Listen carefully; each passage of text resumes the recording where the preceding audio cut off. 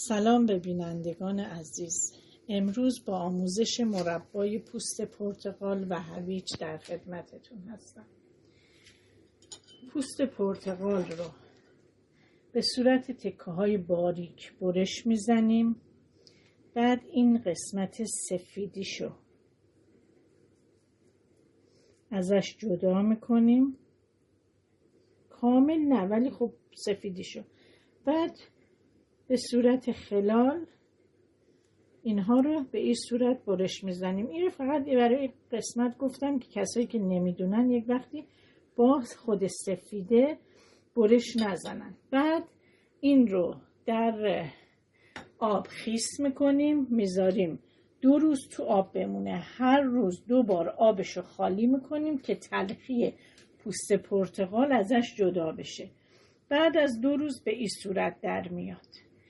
و پوست پرتقال چون پروتئین، مس، منیزیم، کلسیم، کربوهیدرات، فسفر و ویتامین C بالایی داره که خودتون میدونین ویتامین C برای سیستم ایمنی بدن مفیده. عطر طبیعی داره، به خاطر همین خیلی مربای هویج رو خوش طعم و خوش عطر میکنه.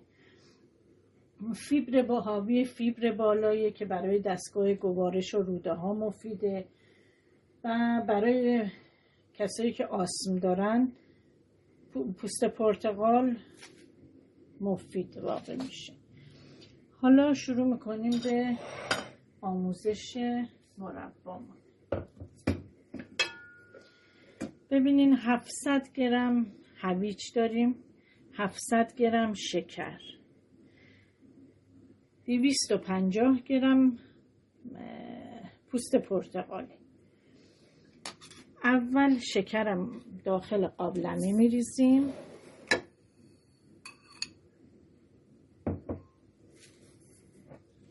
هویجمون رو اضافه میکنیم.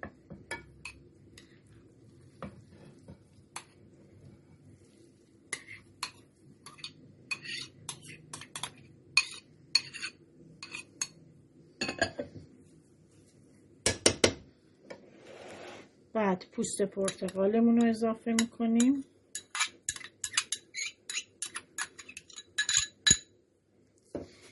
دو لیوان آب به این مربا اضافه میکنیم. حالا میذارم تا مربامون آماده بشه بهتون نشون بدم که به چه صورتی در میاد. عزیزان بیننده، بعد از 2 ساعت مربای ما آماده شده که دارین ملاحظه میکنین. اگر میخواین که مرباتون زودتر آماده بشه، بعضیا دوست دارن 1 ساعت هم جوشید، میگن بس دیگه.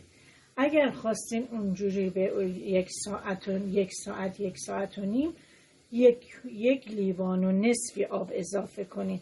من 2 لیوان اضافه کردم.